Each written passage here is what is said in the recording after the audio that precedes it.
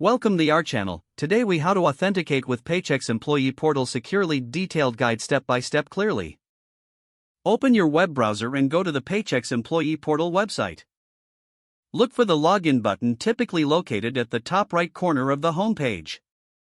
Click on the login button to access the authentication page. Enter your username in the designated field. Ensure that your username is correct to avoid any login issues. Next, move to the password field. Type in your password carefully, as passwords are case sensitive. If you have forgotten your password, click on the Forgot Password link. Follow the prompts to reset your password securely. Once your username and password are entered, double-check for accuracy. After confirming your credentials, click the Sign In button. If you have multi-factor authentication enabled, you will receive a security code. Check your registered email or mobile device for this code. Enter the security code in the provided field on the portal. Click Verify to continue the authentication process.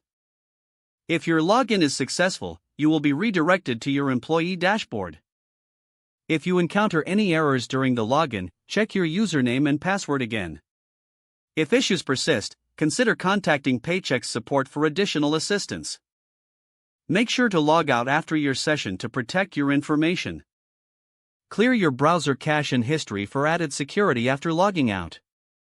If the page does not load, refresh the browser or try again in a private or incognito window. Make sure you are using the correct email address, then retype it carefully to avoid small typos. If your password is not accepted, use the reset option and create a new strong password you can remember. Check your spam folder for verification or security emails, then complete any requested confirmation steps. Enable two-factor authentication if available to improve account security and reduce unauthorized access risk. After signing in, review your profile details so your contact information and settings are accurate and current. If you see an error message, note it down and try again after restarting your device and internet connection. Log out when you finish, especially on shared devices, to keep your account and payment information secure.